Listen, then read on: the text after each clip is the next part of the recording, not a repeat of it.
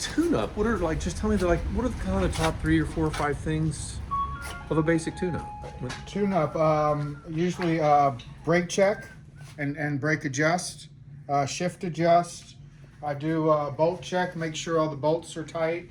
I also do a shift adjust, make sure that it's shifting correctly.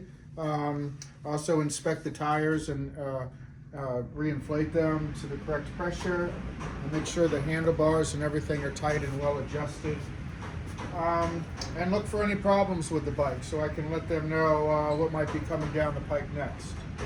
Let them know the conditions of their brake pads, things like that.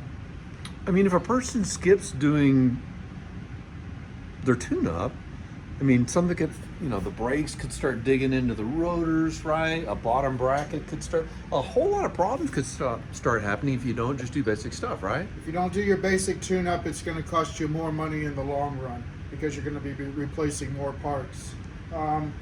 Also, if you don't do your tune-up, you're not lubing anything, so your chain is like bone dry at that point. You've probably got close to 1,000 miles on your bike. And yeah, it needs a tune-up. It needs to be wiped down and inspected just for safety and reliability.